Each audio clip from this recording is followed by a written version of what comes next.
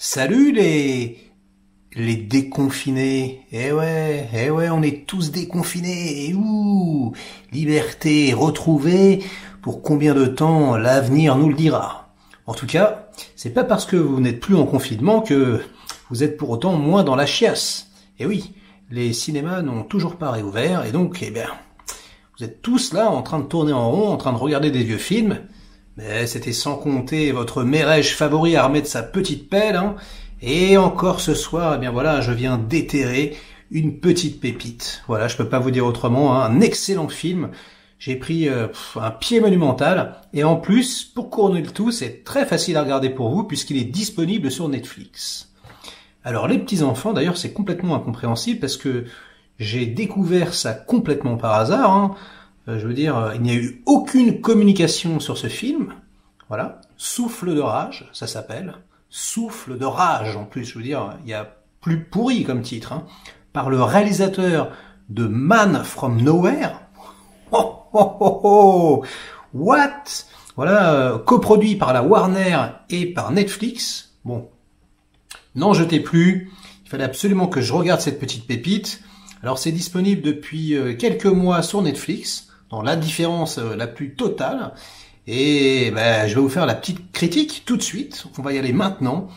Et j'espère que ça va vous plaire autant qu'à moi, parce que moi je me suis pris une petite baffe. Lee Jong-bom, c'est le réalisateur et le scénariste de ce film, donc complètement inconnu au bataillon. Voilà, tout beau, tout frais, sur Netflix, hein, un superbe scope. Donc comme d'habitude, hein, c'est coréen, on a une photographie magnifique. Les acteurs sont tous excellents. Vu que c'est un film d'auteur en plus, c'est quelqu'un qui a quelque chose à dire, hein. Il avait réalisé notamment No Tears for the Dead, qui était excellent aussi, hein. Donc voilà, il a fait 3 films, 3 bombes atomiques, hein. Et je crois qu'il a fait un dessin animé aussi, l'adaptation de Doraemon. Voilà, je sais pas si vous vous rappelez le gros chat bleu avec qui était un personnage de jeu vidéo. Bref, un réalisateur solide. Voilà, et en plus, un auteur, hein, donc ça c'est quand même assez rare pour être signalé. Et qu'est-ce que ça raconte, Souffle de rage? Eh bien, je vais vous dire ça tout de suite. Alors, on va suivre Lee Seung-kyung, hein, que vous connaissez tous parfaitement, hein, vous l'avez dans la rétine, puisqu'il joue le mari riche dans Parasite. Hein, voilà, c'était son année, en 2019. Bing bing, puisque le film là date de 2019 également. Et donc, il joue un gros ripou, voilà, un mec de la police qui fait des coups... en veux-tu, en voilà, et voilà, il engage un petit gangster pour aller forcer des coffres et pour aller prendre de l'argent. Il amasse de la thune parce qu'il veut s'acheter un immeuble. Voilà, hein, sans foi ni loi, et puis alors sans aucune morale. Mais c'est-à-dire que ça ne se passe pas exactement comme il voudrait, hein, puisque la police des polices, enquête sur sa petite tronche, et au bout d'un moment, ils lui mettent vraiment la pression. Et ils lui disent qu'ils sont au courant pour l'immeuble.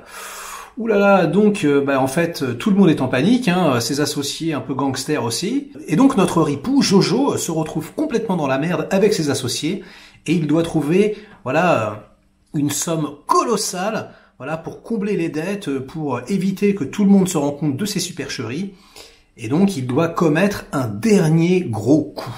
Et alors ce gros coup, hein, est vraiment risqué puisqu'ils doivent aller braquer l'entrepôt de la police, là où toutes les preuves, toute la thune, toute la drogue, tout est enfermé à l'intérieur. Donc lui, hein, il n'est pas courageux, donc il y va pas, il envoie toujours son petit gangster là. Et là se passe quelque chose, je vous dis pas exactement ce qui se passe, mais en fait ça finit sur une explosion, tout explose. Voilà, lui il se retrouve à l'hôpital avec la police au cul. Son gars est mort. Il comprend absolument pas ce qui s'est passé. Et de là, les petits enfants, on part dans une machination. On se rend compte finalement que j'ai pas trop envie de vous spoiler, hein, mais bon, d'autres pontes très très haut placés, étaient là avant le petit gangster et avant le cambriolage, et donc complètement par hasard, finalement, il se retrouve dans une machination politique, dissimulation de preuves, toute une merde, comme très très souvent dans les films coréens, ça lui tombe dessus en rafale, et c'est excellent. Mais alors vraiment, du suspense à tous les étages. Voilà, c'est alors déjà la progression dramatique, elle est incroyable parce que ça commence petitement et puis c'est de pire en pire, hein, ça ne s'arrête jamais, quoi. C'est crescendo dans la connerie. Enfin voilà, plus ça va, plus c'est énorme ce qui se passe. Le scénario tire dans toutes les directions inattendues. Alors c'est ça que j'ai adoré avec ce film, c'est un vrai film des scénaristes. Ça m'a fait penser à Shane Black un petit peu, hein. Vous voyez, ces films, à chaque fois on est hyper surpris, on rentre dans une scène, on croit qu'il va se passer quelque chose. Eh ben non, pas du tout. Ben là c'est pareil, il se passe des trucs mais hallucinants, quoi. Quand on pense qu'il va se passer quelque chose, ben bim, on s'en prend une sur la gauche, après on se dit ah mais c'est bon, bam, on s'en prend une sur la droite. Et très franchement, c'est magnifique. Moi j'adore me faire balader comme ça, tout en voilà en gardant de l'émotion parce que le film est très très émouvant. Donc notre Jojo, eh ben, il va se retrouver en fait à plus ou moins protéger une petite gamine de 17 ans, voilà, qui se retrouve avec voilà, des méchants au cul, on va dire. Tout le monde veut récupérer une vidéo. Je vous en dis pas plus. Et lui, ben voilà, hein, cet homme un peu sans morale, ben, va devoir plus ou moins s'en racheter une, voilà, en protégeant cette jeune fille. Qui est d'ailleurs excellente, hein, l'actrice est magnifique, elle a quasiment rien fait, hein, j'ai regardé, elle est assez inconnue, elle s'appelle Jeon So-mi et elle est excellente vraiment, et puis c'est très drôle, encore une fois, comme souvent dans les films coréens, hein. Vous savez, hein, moi j'adore les films coréens, je sais pas si vous les regardez en VO, mais il faut absolument, hein. On a toujours l'impression qu'ils font la gueule les Coréens, vous savez, ça fait un peu, moi je parle pas du tout coréen, mais un truc comme ça, le... Ils sont toujours en train de faire la gueule, quoi. On a l'impression qu'ils se font engueuler à chaque réplique. Moi, j'adore ça. Franchement, ça me fait beaucoup rire. Donc, c'est à la fois très, on va dire, palpitant, un côté comme ça, voilà, suspenseful, et puis en même temps très drôle. Voilà, limite comédie, hein, mais sans que ça soit bas de plafond, hein, parce que moi, j'aime pas ça du tout. Hein, c'est pas débile, hein, c'est juste que c'est drôle, parce que les situations sont drôles, mais le ton est très réaliste et très dramatique. Hein.